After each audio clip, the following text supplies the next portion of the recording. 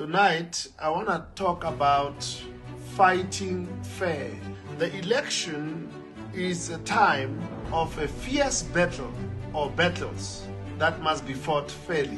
This is a time where there is so much campaign, so much aggression. There are fighters that fight but not fair. We've seen in the past where some fighters beat someone's ear, some fighters don't follow the rules and were disqualified. Scripture is clear. It says, fight a good fight. We're gonna fight, but it must be a fair fight. How I pray for 2024 elections that all political parties, as they fight for votes, don't fight another party. Don't fight a certain candidate. Fight to get votes. That's a good fight. And when you fight that fight, fight fair. Election, to me, it is a time of differing with another person or group without hating them.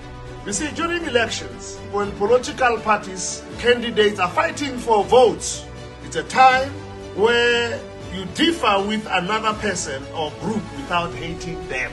Elections is the only battle that is justified and backed up by Constitution. But it must be done fairly. Elections is selfishness that is justified. I listen to politicians when they are fighting. They talk more about another party than what they ought to provide or they are going to do.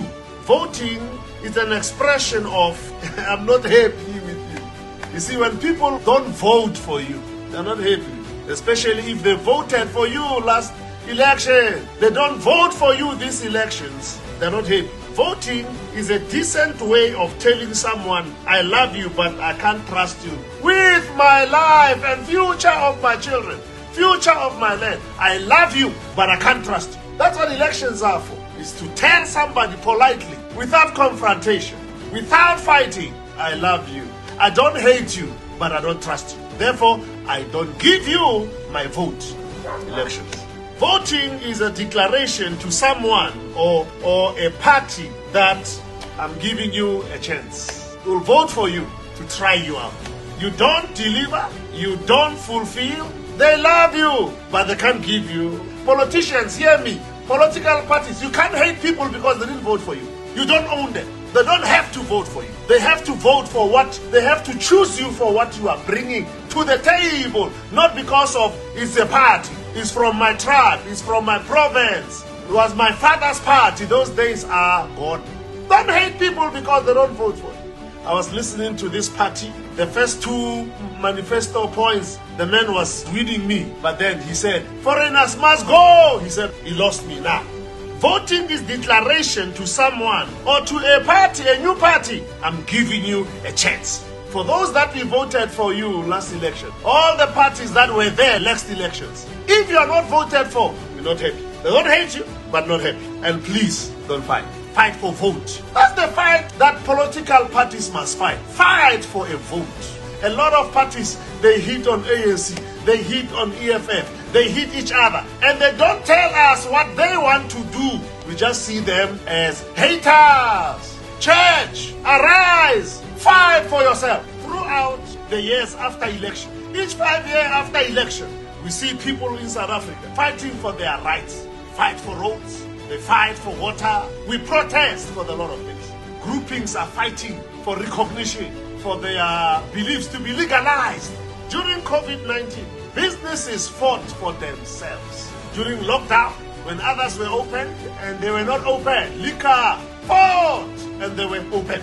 We living in a free society. Constitution allows everyone to stand up and fight for their rights that are enshrined in the Constitution. You fight something that is not there, jail. Always believers fight for others. They never fought for themselves. Nobody fights for us. It's time to rise up and fight for ourselves. During COVID, some entities were given grants. Some were paid up, but not pastors, not church. The church is the strongest. Is the strongest in number, the strongest in influence, has the masses. Those days of taking us not seriously are over. It has the people. It's only the church don't realize their might and their power. Church, fight fair with the vote. Rise up and vote for what you want to see happening For you, church. Nobody will stand for you. Nobody will stand for my rights, for my belief, for my freedom of religion. Nobody will speak on our behalf. Parliamentarians may not speak for us. Let me challenge every party. Every party. You want our vote? Address our issues. You don't address our issues? We love you. You may not get our vote. Service delivery, upliftment of the poor, health care, education, we are for it. That's not an issue for us. But faith must not be taken and included amongst others. Faith must be dealt with separately. It's one of the big things. It's not just one of those things. Anybody who wants the Christian vote must address what they will do for us. Even those newly found parties, whoever will address the concerns of the church as other concerns are being addressed of other groups of people, let's do it with us.